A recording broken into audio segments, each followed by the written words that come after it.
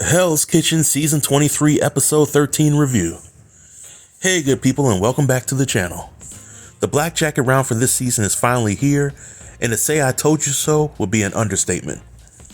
Tonight's elimination was long overdue, and as I said before, that good old meat station will separate the contenders from the pretenders in this competition.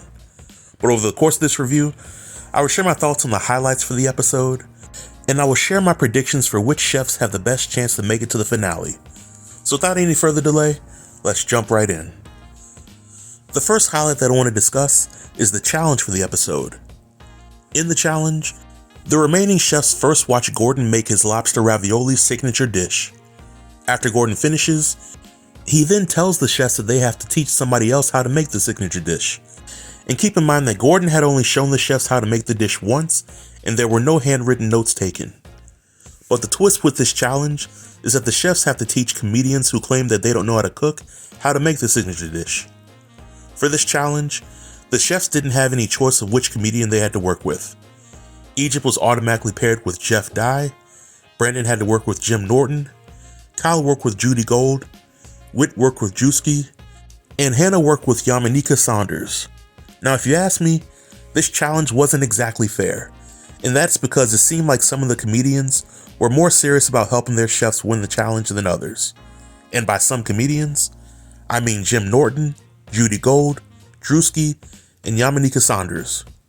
Comedian Jeff Dye came into the competition with a laid-back, follow the beat to my own drum attitude, and he had no sense of urgency.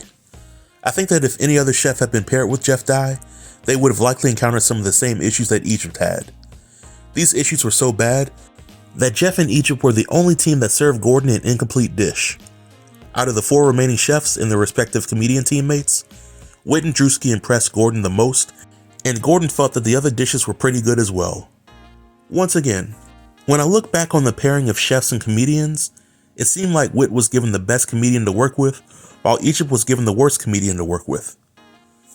The second highlight that I want to discuss was the aftermath of the challenge. Because Whit won the challenge, she was allowed to go on a $1,000 shopping spree, and she got to take a chef with her to go. She chose Kyle because they're besties, and the two also got to have dinner with season 17 winner Michelle. During their dinner, Kyle and Whit have some friendly banter, but in my opinion, the dinner potentially foreshadowed a head-to-head finale between Whit and Kyle. The third highlight that I want to talk about is the dinner service. As I look at the overall service, Hannah had an early hiccup with her risotto, but most of the chefs did exceptionally well for their service. That is, most except Brandon. Brandon was stuck on meat station, and he completely unraveled from start to finish. Brandon undercooked chicken, he overcooked lamb as well as Wellington, he struggled with communication, and he refused help when his fellow chefs tried to bail him out. Gordon ultimately eliminated Brandon, and everybody who watched this show could probably see this elimination coming from a mile away. Brandon was an amazing cook when it came to cooking his own food, but he had a long history of becoming flustered during dinner service, and his leadership skills were non-existent. Now when it comes to the chefs who have the best chance of making it to the finale, at this stage of the game, I think it's a toss-up. For the next episode, each chef will have a chance to control the pass and try to show their leadership skills. The problem with this is, just as in previous seasons, is that the chefs who are not in control of the pass have no incentive to help the chefs that are in control. A lot of sabotage happens in this round. Out of the 4 remaining chefs, Whit and Egypt have the strongest personalities and they have shown the best leadership skills. But it will ultimately come down to which chefs make their voices known and have the ability to maintain Gordon standards to the best of their ability. Because of this, I want to go ahead and say Whit will be in the final 3.